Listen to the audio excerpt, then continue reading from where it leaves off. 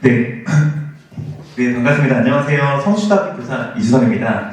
네, 저도 이제 제가 모르시는 분이 많기 때문에 간단히 제가 이제 VR이나 이런 거에 굉장히 관심이 많고, 그리고 또 신기술이라든지 좀 테크에 관련된 것들 많이 해가지고 그 관점에서 또 실제 제가 이렇게 에듀테크에 관심 가진 건 2011년도 뭐 스마트 교육학회 있고 막 그럴 때 있잖아요. 스마트 교육학 때부터 가져가지고 매해 이제 몇 년 뒤에 나올 것들도 미리 체험을 하고 뭐 연구하는 입장인데, 그 입장에서 올해는 어떤 게 조금 달라졌는지 좀 보고자 합니다. 요 목차는 제가 넘어가고 여기 있는 이 천장 분위기를 가져봤어요.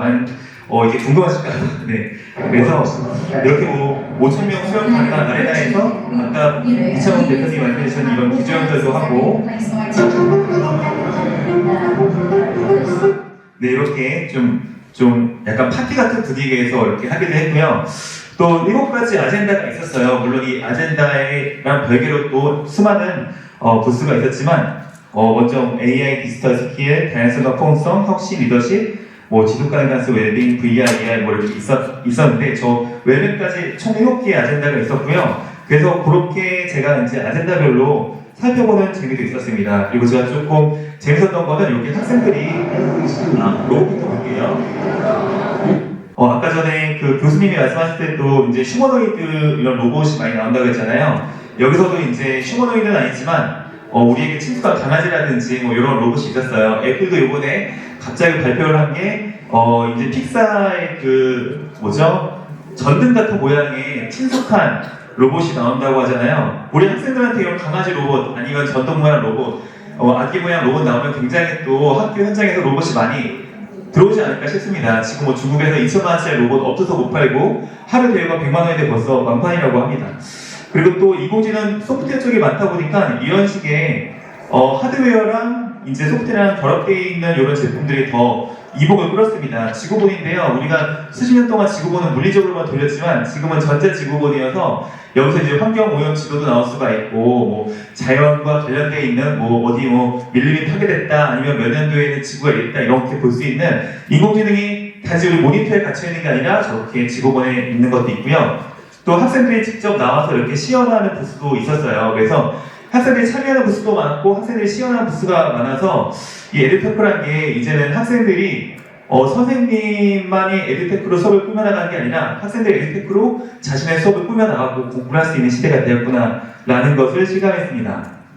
네, 제일 처음에 이제 MS 얘기를 안 할 수가 없죠. 들어가자마자 엑셀러는 전신장에 MS가 후원했으니까 대문짝하게 써있고 최고 후원사고 돈도 제일 많이 냈기 때문에 이 명찰도 다 MS 코팔럿 이제 문의가 있죠.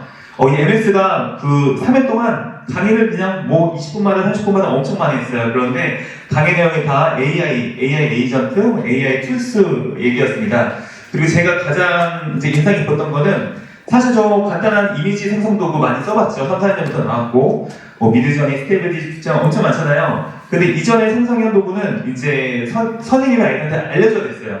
얘들아 이렇게 써야 된다. 그런데 여기 있는 MS 디자이너는 어떤 식으로 나오냐면은 아이들한테 어떤 클릭만 하면 나올 수 있게 드롭다운으로 주인공 고르는 부분이 있고요, 배경 고르는 부분이 있고, 그리고 여기에 내가 표현하고 싶은 상황 고르는 부분이 있고, 그러니까 AI를 갖다가 결과론적으로 우리가 쓰는 게 아니라 AI를 시작부터 쓰게 합니다. 이게 약간 제가 표현하기가 조금 애매한데, 이전에는 우리가 학교에서 교사나 학생이 AI 쓰는 양상은 어떤 결과물을 낼 때 우리가 입력을 하면 뿅 나오는 거였는데, 지금은 결과물을 내는 게 아니라 뭔가를 결과물 찾아가는 시작 지점부터 AI를 쓰기 좋아졌습니다. 그리고 그런 식으로 이런 빅테크 기업들이 많이 접근을 했습니다. 그래서 저는 굉장히 그런 점이 좋았고요. 여기에 또 멀티모달 얘기를 아까 해주셨는데, 팀즈 같은 경우에 MS의 이제 강력한 차별화가 이 팀즈에 리딩 코치, 스피킹 코치가 있습니다.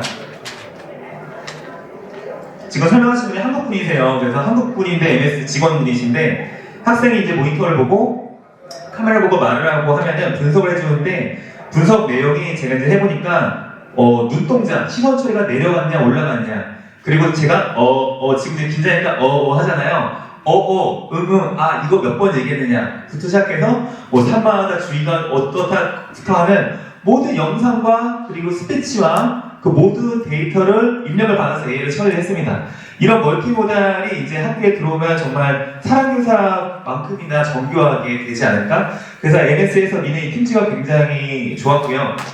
또 이제 에이전트 얘기가 나왔는데 올해 내년에 이제 에이전트가 많아질 것이고 교사도 에이전트를 만들 수 있으니까 저기 계신 분이 이제 우리 코파일럿으로 MS 교사 에이전트를 만들면 선생님한테 딱 맞춤 복제 선생님이 만들 수가 있다. 약간 이런 식으로 복제하기보다는 선생님의 말투와 선생님의 과목과 선생님의 어떤 장점을 잘 살린 그런 보조 단위를 만들 수가 있다고 얘기를 하셨는데 이런 게 나오면 이제 우리가 AI를 갖다가 쓸 때 좀 이상 대답이 나오지 않을까? 아이들 낯설어하지 않을까? 이런 것도 많이 개선이 되지 않을까? 이런 생각이 들었습니다. 자, 그리고 다음에 봤던 부스는 이 마인크래프트인데요. 마인크래프트도 이제 게임 위주의 이런 건데 점점 인공지능이 게임 세계라든지 여러 가지 인터페이스 다 들어오게 됩니다. 그러니까 아이들이 친숙하게 여기는 이런 메타버스라든지 이런 게임 형태에서도 AI NPC가 들어왔다든지 아니면 여기는 AI NPC로 뭔가를 만든다는 게 또 아이들한테 AI의 접근성을 굉장히 가깝게 하지 않을까 싶습니다. 제가 이제 굉장히 AI에 대해서 변화했다고 생각하는 지점은 인터페이스가 쉬워졌어요. 그러니까 전에는 아이들이 막 프롬프트 작성하고 이런 게 어렵잖아요. 심지어 작년만 해도 한국말은 잘 안 나와서 영어로 번역 한번 돌렸어야 했죠. 지금은 한국말로 해도 영어만 그냥 너무 잘 나오고 영상을 촬영하는 도중에서 물어보면은 지금 어디 컨퍼런스홀에서 발표 중이다라고 나오겠죠. 지금 메타 VR 이제 들어가면서 그 말씀을 계속 드릴 건데요. 일단 메타가 이제 페이스북이죠. 이제 VR 메타버스 전문으로 요즘 많이 가고 있고 메타 교육 부스에 가니까 4가지의 부스가 있었습니다. 그리고 여기에 있는 AI NPC와 맞춤형 그런 훈련을 해요. 지금 이제 설명을 들어보면은 뭐 화가 나 있는 환자한테 뭐 제조약이 잘못되지 않은 거 설명하기라든지 아니면은 어디 뭐 기업에서 기업 인사 담당자가 어떻게 해주길 그 소프트 스킬이라고 하는 작은 그런 이제 유용한 기술들을 가상 공간에서 가상의 NPC랑 합니다. 그런데 이게 왜 좋냐면은 우리가 타이핑으로 인공지능한테 물어보는 건 실감이 안 나잖아요. 그렇다고 해서 이렇게 모니터를 보면서 인공지능과 대화하는 건 실감이 덜합니다. 진짜 사람 같지가 않아요. 근데 VR을 쓰고 정말 전 시장이 막 압박 면접하고 있습니다. 4명이 앉아있고 한 명이 저한테 막 물어봐요. 그러면은 정말 그게 실감처럼 실감이 되고 거기다가 제가 이제 인공지능과 대화할 때 목소리가 바로 입력을 받는 이제 멀티모달이 되기 때문에 그런 것들도 굉장히 이제 인공지능하고 VR, AI 같은 SI가 궁합이 좋다 이런 생각이 들었습니다. 참고로 이 앱에서 제가 보기 힘들고 이러면은 그것도 지적을 해줘요. 산만하다 이런 거. 그러니까 이 헤드셋에 있는 트래킹 센서가 우리의 몸집까지 추적을 해주겠죠. 자, 인게이지라고 하는 영어 이제 공부 앱인데요. 사실 영어 공부라기보다는 영어를 통해서 여러 가지 뭐 역사 인물과 대화하고 이런 게 있었는데 여기도 재밌는 기능이 하나 있습니다. AI 캐릭터인데요. 아까 전에 이제 인공지능을 첫 단부터 말단이 아니라 처음부터 쓸 수 있다고 했잖아요. 교사가 학생이랑 같이 역사 위인을 만들 수가 있어요. 그래서 작년까지만 하더라도 우리가 어디 무슨 뭐 아인슈타인을 만들었다. 아인슈타인 대화하라. 이게 이 앱이었다면 올해는 이 앱이 어떻게 되냐면은 선생님이 혹은 학생이 위인을 만들어라. 그래서 그 위인과 같이 가상공간에서 얘기해라입니다. 그러니까 저는 이걸 딱 보자마자 세종대왕이 만들어가지고 세종대왕이랑 얘기하면 되게 좋겠다 이런 생각이 들었습니다. 작년 같은 경우에는 우리가 AI를 어떤 제품을 사서 쓸까지만 지금은 이 제품으로 어떤 수업자를 만들까 어떤 수업을 할 수 있을까 이런 고민을 할 수가 있는 기회였습니다. 자, 빅토리 XR도 비슷하게 이제 가상 실험 이런 게 있었고요. 가상 실험에 굉장히 특화된 거였고 그리고 이제 아젠다별로 제가 이제 구분한 거 아니고요. 이건 이거에 관련이 되었겠구나 생각을 한 건데요. 뭐 예를 들면 네이크드라는 업체는 이렇게 골판지를 갖다가 자르는 도구, 안전한 칼, 안전한 드라이버 이런 걸 가져와서 또 우리나라가 이제 교육과정 중에 그 지속가능 있잖아요. 이제 환경교육, 생태환경교육이 있기 때문에 그래서 이제 우리가 재활용 용품을 활용해서 이렇게 스킨 교육을 할 수 있는 이런 간단한 도구. 이 도구의 특징은 이 도구 세트만 있으면은 골판지로 로봇도 만들 수 있고 건물도 만들 수가 있었습니다.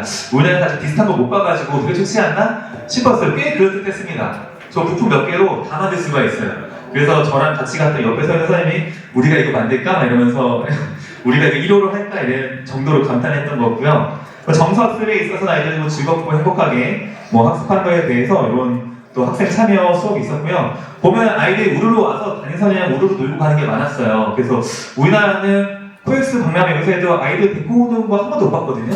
일산에서도 한 번도 못 봤고, 근데 여기는 외국 아이들이 많았고, 여기에서 이제 케이블카 타고 건너가면 이제 현지인들이 먹는 그런 쇼핑몰이 있었어요. 거기 가니까 아이들이 엄청 많았어요. 이제 이쪽은 사람이 아니까 없고, 현지인 먹는 데로 가서 밥을 먹으니까 아이들이랑 20대, 30대 온 것 같더라고요. 그리고 어도비 같은 경우도 파이어플라이 이제 디지털 스킬을 아이들한테 직접 알려준 거죠. 이전에는 아이들한테 파이어플라이한테 이렇게 입력을 하면 컬러링 북이 나온다 했다면 지금은 얘들아 파이어플라이 킨 다음에 손들라고 싶어요. 여기다가 뭐 했으면 좋겠어? 꼬리 있었으면 좋겠어요. 그럼 꼬리라고 해볼까? 꼬리 부분이 나오고 자 그럼 깃털 부분은 얼마나 할까? 깃털이 이따만게 해주세요 하면 아이들이 직접 손들고 대답하면서 그걸로 바로 컬러링 북을 만드는 장면입니다. 그래서 아이들이 인공지능을 그냥 프롬프트 쳐서 딱 나오게 사용하게 가르치는 게 아니라 이 인공지능을 어떻게 우리 그림체를 만드느냐를 가르쳐주는 그런 디지털 스킬이랑 관련되어 있는 거였습니다. 그리고 뭐 구글 같은 경우도 이제 구글 비즈라고 하는 영상 생성형 영상 교재를 만든 거랑 클래스픽이라는 거 이것도 저는 굉장히 우리나라한테 의의가 있을 것 같아요. 왜냐면은 우리나라 지금 크롬북이 굉장히 많이 들어왔죠. 저희 성북광부 교육청 같은 경우는 70% 이상, 다른 교육청도 60% 70% 이상인데 지금 서드파티로 모니터링 도구가 들어가 있어요. 그런데 그냥 구글, 메이드 인 구글로 이제 서드파티 도구가 아니라 모니터 도구가 들어옵니다. 클래스라고 하는 도구고 올해 6월부터 이제 유료 교육 계정에 한해서만 들어온다고 하는데 굉장히 고화질로 아이들이 작업하고 있는 걸 실시간으로 볼 수 있다고 합니다. 그것뿐만 아니라 링크 주고받고 하는 거. 그러니까 지금 요거 들어오면은 사실 크롬북에서 별다른 서드파티 도구를 많이 안 써도 되는 약간 위기감이 있습니다. 패들렛도 안 써도, 그러니까 지금 우리가 뭔가를 쓸 때 링크를 주고받거나 뭐 할 때 좋은 도구들 있잖아요. 그런 것들은 통합을 해버리려고 하는 것 같아요. 그래서 이걸 어떻게 대비를 해야 될까? 이제 선생님들이 뭐 이런 생각이 좀 들었습니다. 네, 그리고 또 제가 이제 테니스 연수였는데 굉장히 빡세다고 죄송해요. 굉장히 힘들다고 소문이 많이 났어요. 우리는 자유시간도 없고 하루 종일 수업만 하고 이렇게 많았었는데 실제로 그랬어요. 그래서 영국에 있는 여러 학교도 돌아다니고 영국 선생님, 뭐 영국에 있는 대학교 교수님하고도 얘기를 하면서 제가 배트쇼와 함께 배트쇼 전체적인 그런 우리나라 차별점과 개선점을 생각을 해봤는데요. 일단 영국 선생님과 교수님이라든지 이렇게 말씀을 드려보니까 수업 방식과 교재 성적이 굉장히 자유롭다고 합니다. 한국 사람인데 영국 가서 이제 영국 성인이 되신 분인데 우리나라에 비교했을 때 여기는 교과서 1학년 라이언킹으로 한다. 이걸로 교육과는 다시 다 짜고 그래서 이제 우리 갔던 우리의 초유의 발생사는 그래서 에듀테크 못 써요. 어떻게 써야 했더니 우리는 그냥 선생님들이 다 쓰고 싶은 거 쓴다. 왜냐면 우리는 수업 자율성도 있고 이런 게 그냥 다 느껴졌어요. 설명해주지 않아도 외국 학교 많이 가면 선생님이 굉장히 뭐랄까 권위가 있어 보였습니다. 뭐 학부모님도 이런 거 우리나라랑 이런 관계가 전혀 정말 권위 있는 관계였고 그런 권위라든지 동일성을 이제 잘 구현하게 해주는 그런 뭐랄까 교육 제도라든지 이런 것들이 학교 분위기가 선생님들이 에듀테크 선생한테도 많이 작용을 하는 것 같아요. 옆반에서 못 쓰는지 무슨 상관이냐 이런 약간 우리는 교과서도 우리가 이제 정해서 쓰고 이런 수업 과정도 쓰는데 그래서 근데 그에 비해서 우리나라 에듀테크를 활용을 할 때 뭔가 한의원 이런 거 되게 좋아합니다. 한의원 6학년 못 사요? 아니면은 우리 학교 이번에 못 사요? 그래서 전체적으로 사용하는 그런 게 있습니다. 그래서 나는 이거 쓰고 싶은데 우리 학교는 이거 쓰네? 그러면은 나는 잘 안 쓰게 되겠죠. 이런 것들이 조금 아쉬웠습니다. 우리도 좀 개별적으로 에듀테크를 좀 활용할 수 있게 개별교육에 어떤 자율생활 편의성을 주면 어떨까 이런 생각이 들었고요. 또 이제 뭐 이런 행정지원 같은 건 많이 대두됐던 거죠. 그래서 뭐 구매할 때마다 예산받은 부장님한테 해가지고 이런 거 있는데 제가 생각을 해보니까 이런 거 어떨까 싶어요. 우리가 연수비 지원되거든요. 15만원, 어떤 데는 30만원. 이 연수비처럼 1인당 뭐 15만원씩 에듀테크를 지원을 해주겠다. 영수증만 내면 그거 바로 해주잖아요. 그래서 이제 올해부터는 에듀테크 그 예산을 각 선생님한테 줘가지고 만약에 사게 되면은 얼마까지 영수증 처리로 지원을 해주겠다. 혹은 연수 기간에서 만약에 뭐 카웃 에듀테크 강의를 하면은 카웃 제품까지 같이 팔아서 같이 그거에 대한 뭐 지원을 해준다든지 뭐 이런 게 어떨까 생각이 들었습니다. 이 이후에 있는 미래교육이나 이런 것들은 제가 그냥 쭉 둘러보는 거였고요. 저는 이제 뭐 가장 큰 변화가 이제 선생님들도 AI를 갖다가 하나의 제품으로 그러니까 뭐랄까 소프트웨어처럼 엔터 치면 이런 게 나와 라고 하는 제품이 아니라 이걸 갖다가 수업 과정 첫 시작부터 내가 오늘 아이들한테 어떤 질문하지? 뭐라고 아이들한테 첫날 인사하지? 이런 첫 시작부터 함께한 도구가 되었구나. 그런 것들이 굉장히 많았구나라고 그런 걸 느낀 배시오 참가리였습니다. 이상으로 마치겠습니다. 감사합니다.